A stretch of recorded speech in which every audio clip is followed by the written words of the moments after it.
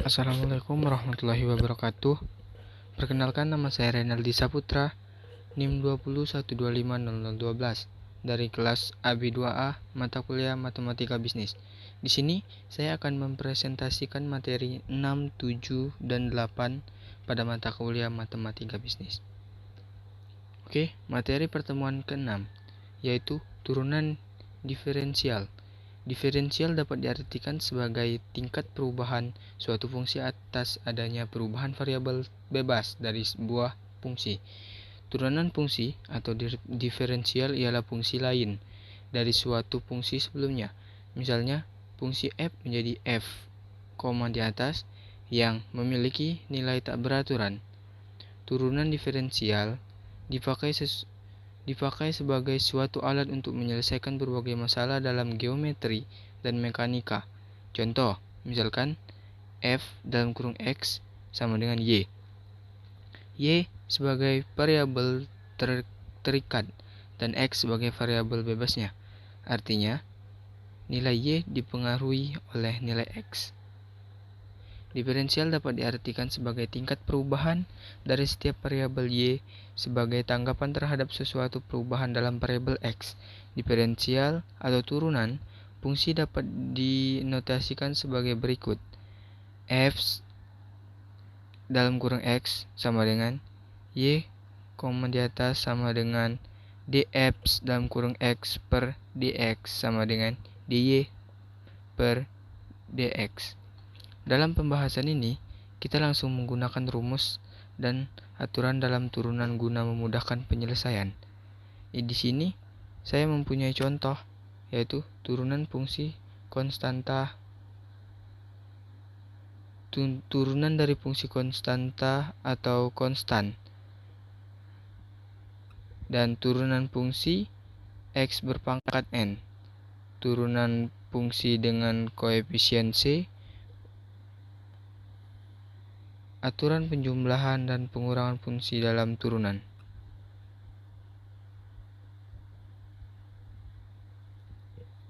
Penerapan turunan.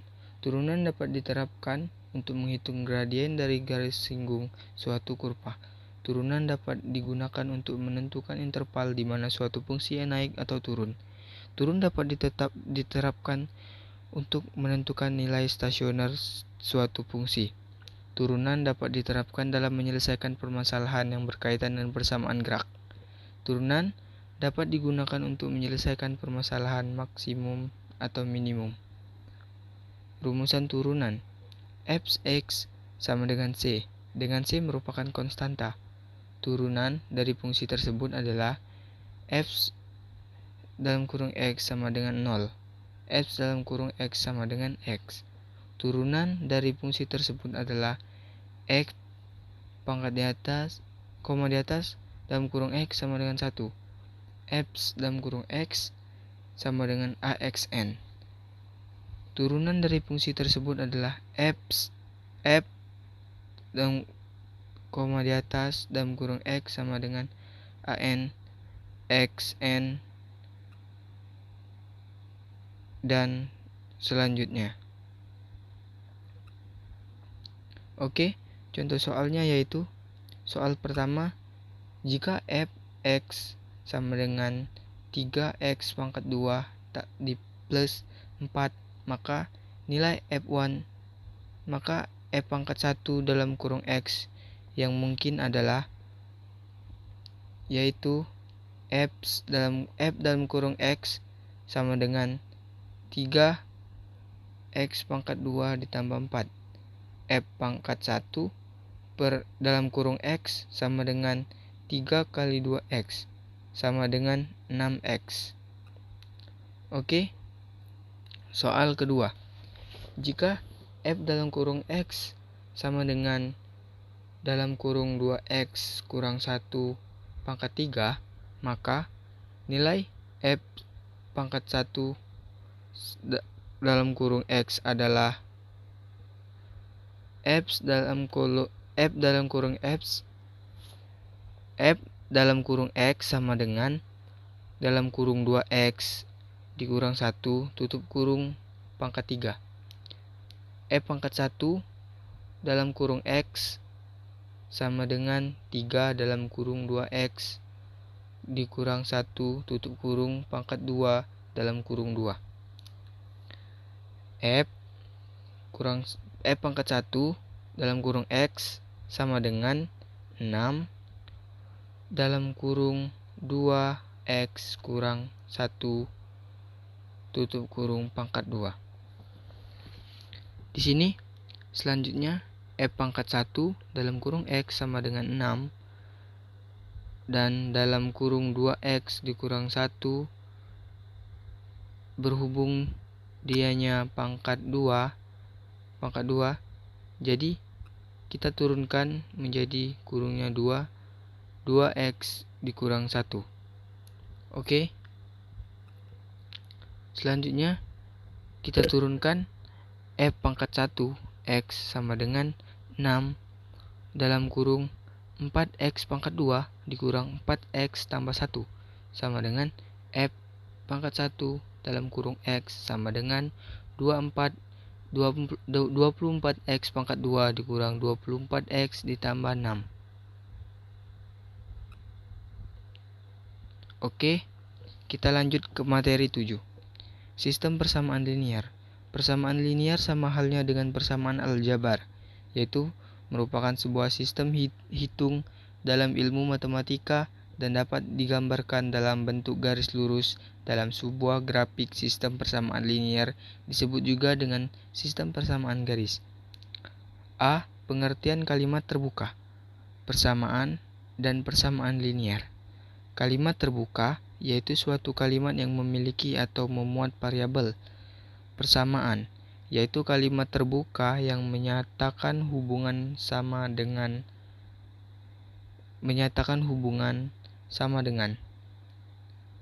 Persamaan linear yaitu suatu persamaan yang setiap sukunya mengandung konstanta dengan variabelnya berderajat 1 atau dalam kurung tunggal, dan persamaan ini dapat digambarkan dalam sebuah grafik dalam sistem koordinat Kartesius.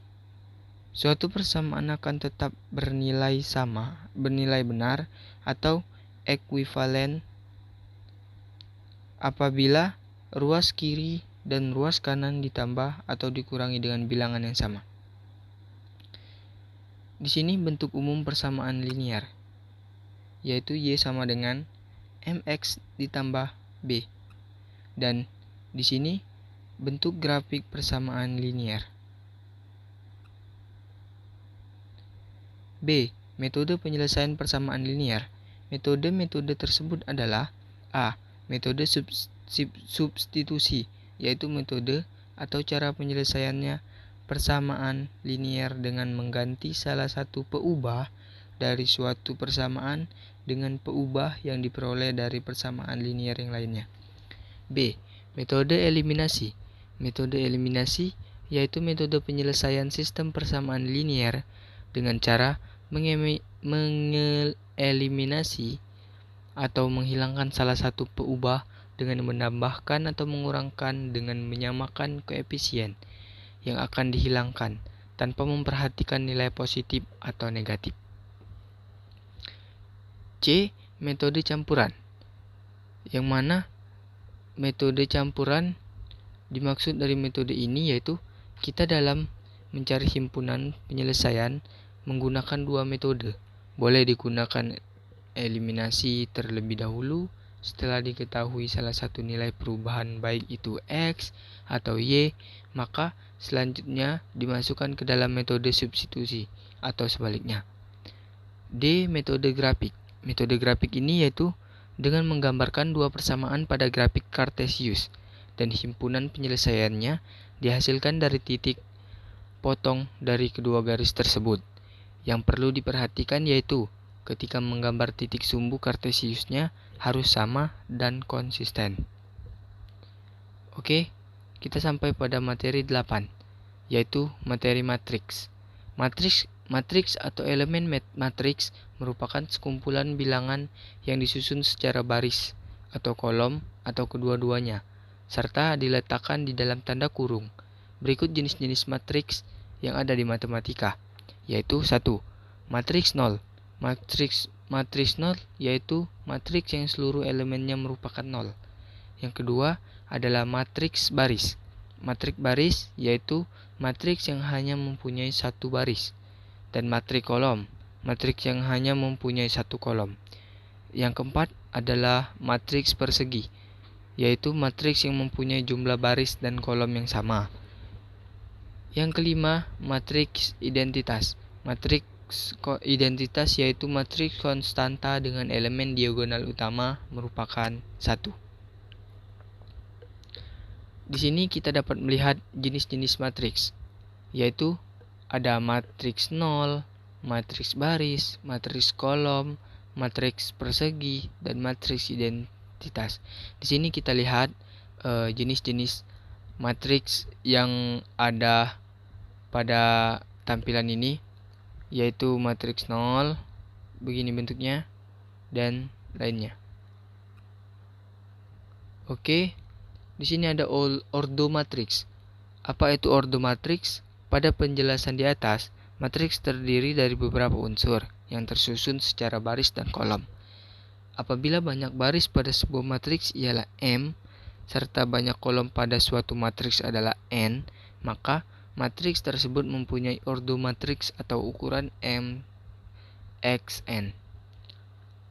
Perlu kalian bahwa M dan N hanya satu notasi, sehingga tidak diperkenankan untuk dilakukan sebuah perhitungan penjumlahan perkalian. Matriks identitas yaitu matriks diagonal dengan berbagai elemen diagonal utamanya memiliki nilai 1 yang disebut sebagai matriks identitas. Pada umumnya, matriks identitas akan dinotasikan dengan 1. Dan ada transpose matriks.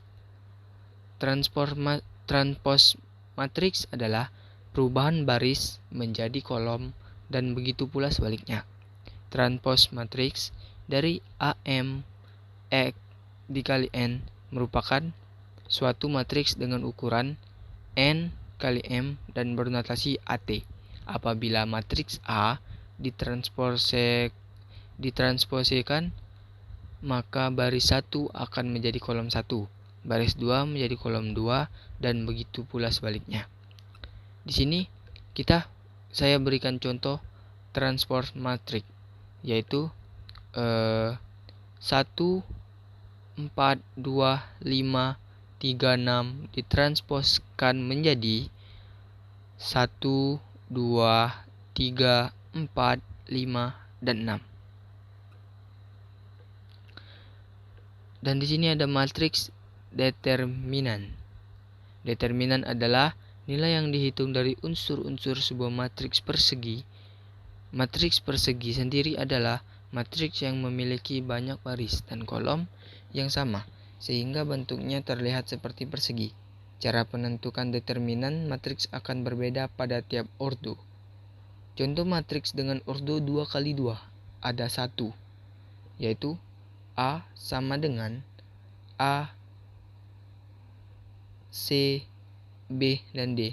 Di sini kita lihat yaitu bentuk dari matriks dengan ordo 2 kali 2. Matriks A merupakan matriks dengan 0. Memiliki elemen A dan D.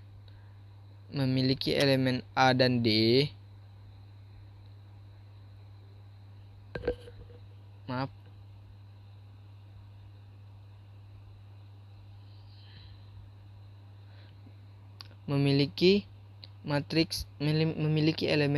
D yang terletak pada diagonal utama, sedangkan B dan C terletak pada diagonal kedua. Nilai determinan A disimbolkan dengan dalam kurung A merupakan suatu bilangan yang diperoleh dengan cara mengurangkan hasil kali elemen-elemen pada diagonal utama dengan hasil kali elemen-elemen diagonal kedua. Oke, di sini ada matriks berordo 3 kali 3, yaitu matriks berbentuk persegi dengan banyak kolom dan baris yang sama, yaitu 3. Bentuk umum matriks berordo 3 kali 3 sebagai berikut. Ini adalah bentuk matriks 3 berordo 3 kali 3. Untuk menghitung determinan matriks berordo 3 kali 3, kamu bisa menggunakan aturan Sarrus. Di bawah ini akan menunjukkan caranya dengan lebih jelas. Oke. Di sini saya menampilkan rumus matriks determinan, yaitu det dalam kurung A sama dengan AD dikurang C. Dan saya juga telah membuat contoh soal, yaitu tentukan determinan dari matriks berikut ini. A sama dengan 6, 2, 3, dan 4. Jawabannya yaitu di sini kita lihat din A sama dengan, kita masukkan rumus AD dikurang BC dan kita turunkan A sama dengan, kita lihat kita lihat pada rumus tersebut AD yaitu A-nya adalah 6 dan D-nya adalah 4. Jadi kita buat 6 dikali 4 sama dengan BC sama dengan BC, yaitu C-nya adalah 3, B-nya adalah 3, C-nya adalah 2. Jadi 3 kali 2. Kita turunkan lagi, A sama dengan 24. Di mana kita mendapatkan 24 ini, yaitu pada 6 dikali 4. Jadi 24 dikurang 6, yaitu dapatlah hasilnya A sama dengan 18. Begitu juga dengan contoh soal kedua yang saya buat ini.